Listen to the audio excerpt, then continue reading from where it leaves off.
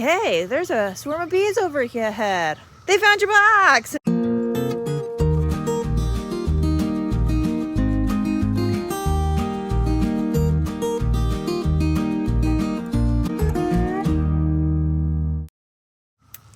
Well, Mike the other day and the kids were out here in the yard and they were just doing some cleanup and stuff. I wasn't home and Mike texted me, hey, there's a swarm of bees over here ahead. And so I texted him back, well, that's cool. Hopefully they find my box. And a few minutes later, he says, they found your box. And as you can see here, and I'll show you this clip here that Mike recorded, they did find the box.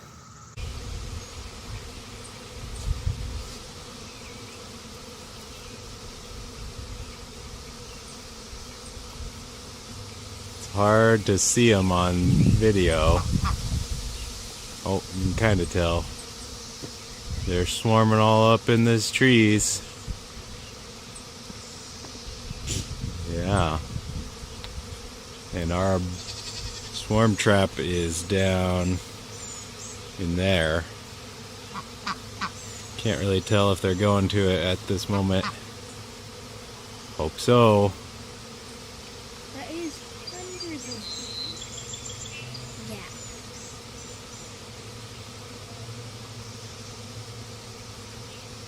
You're reaching all the way up to there. Wow. That's so we're going above me.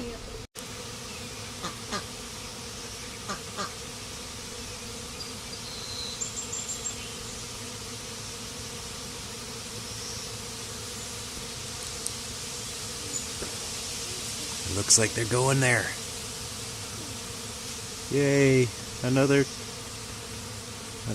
thing of bees.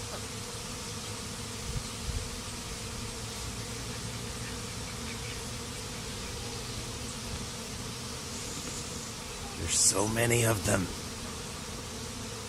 So loud.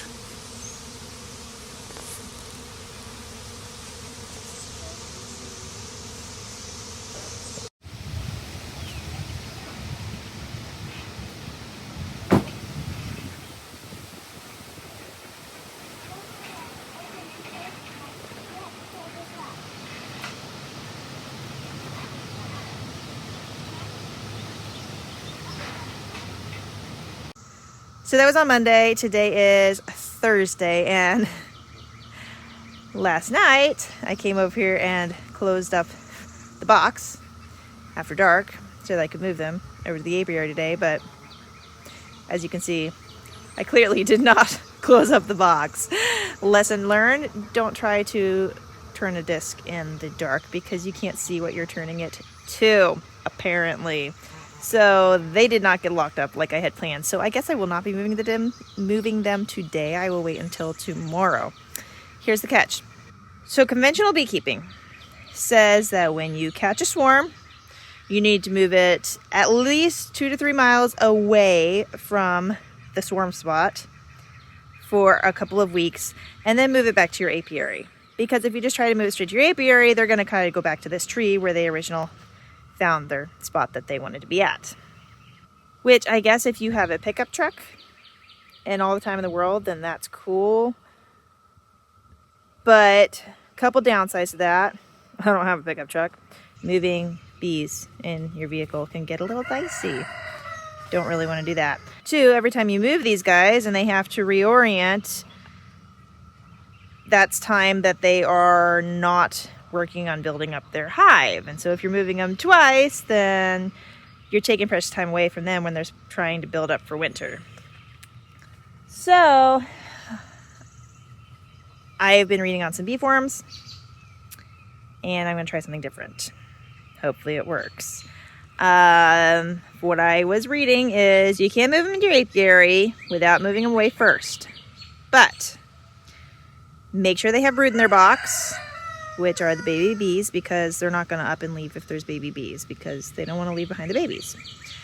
So either give them time to start laying, which I believe they have. They're bringing in pollen and stuff, so I think the queen is already busy at work in there.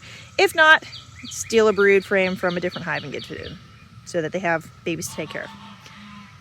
Second thing, place tree branches in front of the opening to the hive. That will sort of force them to reorientate themselves, and when they do that, they will release pheromones that kind of tell the rest of the hive, hey, this is where home is, so that they can find it again. So that will kind of force them into believing that the box you just put them in is their new home. So that's gonna be my plan. That way they're only having to reorient themselves once instead of twice at two completely separate different locations. And I don't have to move them twice without a truck. And I don't have to bother my neighbor to borrow his truck, anything like that. So tonight I'm going to lock them up for reals this time. And then tomorrow I will try to move them into their new location. Also, it might rain tomorrow. So we're gonna pray it doesn't, because you don't want to be moving bees in the rain. Today's not raining, which is why it was ideal. It's actually really gorgeous outside right now. So yeah, that's the plan. And Lord willing, they will stay in their new box instead of flying back to this tree. Well, my beekeeping aspirations for yesterday were thwarted by 2 inches of rain. So here we are on Saturday, and I've got these guys locked up, and this particular swarm seems a bit hot to me, a little bit more aggressive than my other ones. So I've actually asked my neighbor to come and help me get them down, because with them being a little temperamental, I would rather have a second set of hands, of suited up hands, to just make sure nothing goes horribly awry. So he should be over here any minute now, and then we'll get these guys moved. Girls, get these girls moved.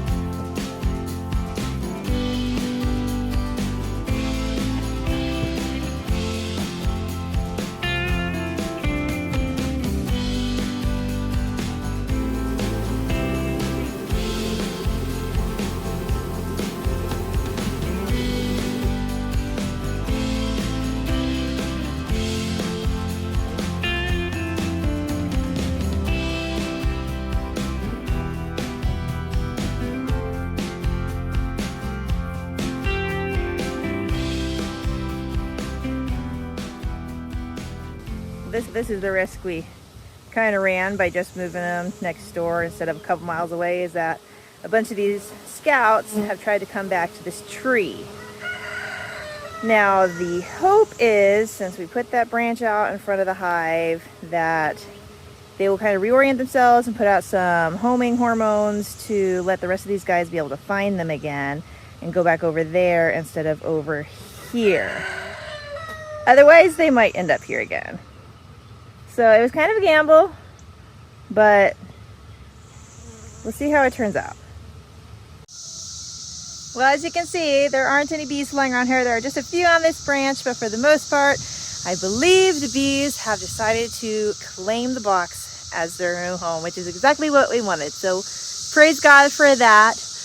And praise God for bees for filling all 3 boxes. They all died over winter, but God has already filled them.